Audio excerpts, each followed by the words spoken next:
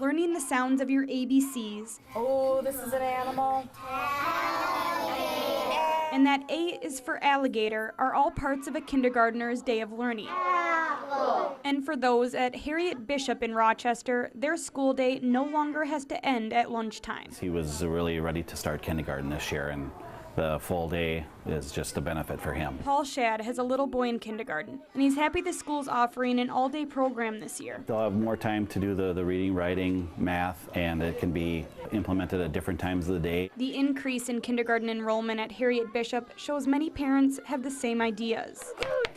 They went from 2 classrooms to 5 this year, full of all-day kindergartners. This is where our kids should be at this age. They should be in school every day, and the only reason we haven't gone this way sooner is because of lack of funding. Harriet Bishop is one of 4 Rochester public schools that implemented the all-day kindergarten this year. That now makes 7 schools district-wide who offer the program. Research shows that they become better readers, and their language acquisition is much greater if they're in school all day. The extended school day means music, art, and Phy-Ed can now be a part of these kindergartners' school experience. And the more we can set them up for success academically, the better off they're going to be in all of their upper grade levels. I think when it does expand to the whole district, I think it's going to be a positive for the Rochester School District, all in all. Ready, set.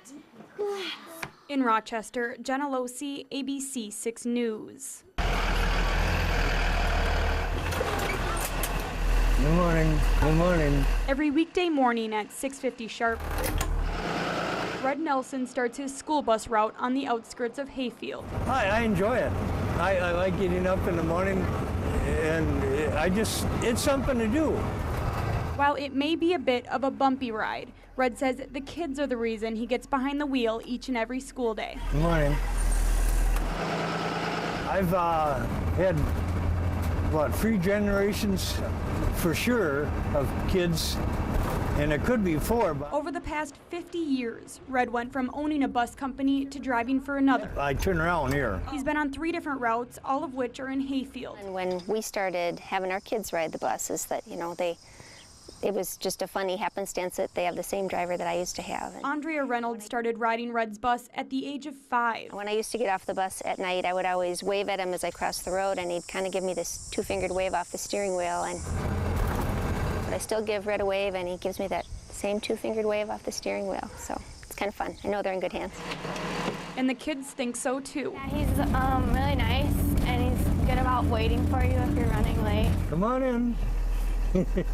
Patience is key when it comes to driving kids around for 5 decades. Well, I'm retired right now, but I do this because I enjoy it, and as long as I can pass the physical, and I'm going to keep on driving as long as I can.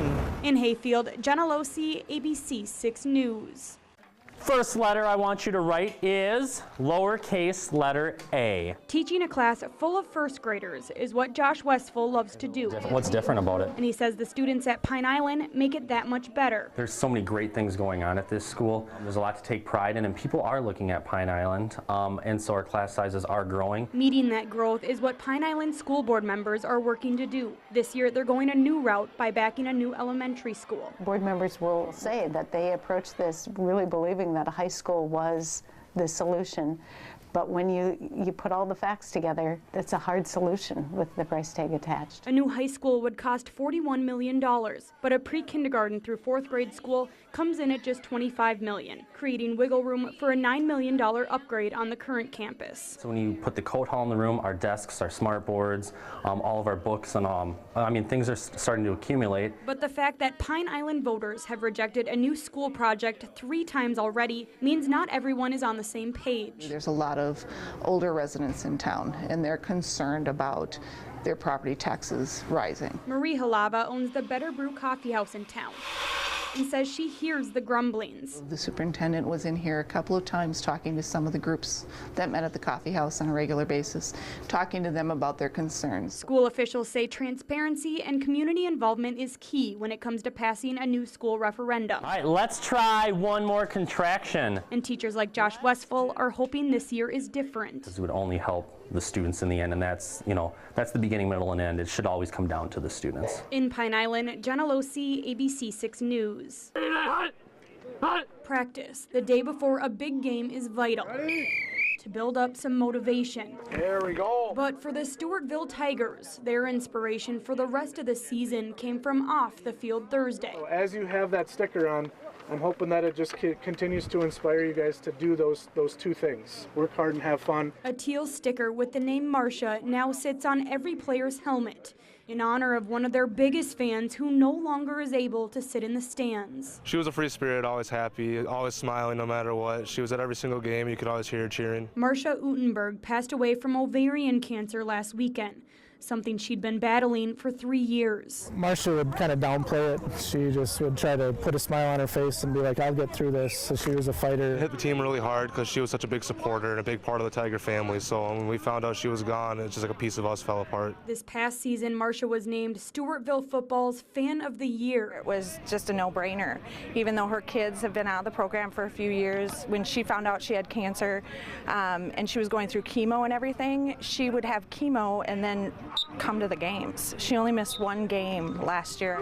So the new logo on the back of each helmet serves as a reminder. She's going to be on the field with those boys. No doubt about it. She'll be there. A lot of motivation to play hard for her, just make sure that she'd be happy. Tiger Pride. 1, 2, 3. Tiger Pride! In Stewartville, Jenna Losi, ABC 6 News.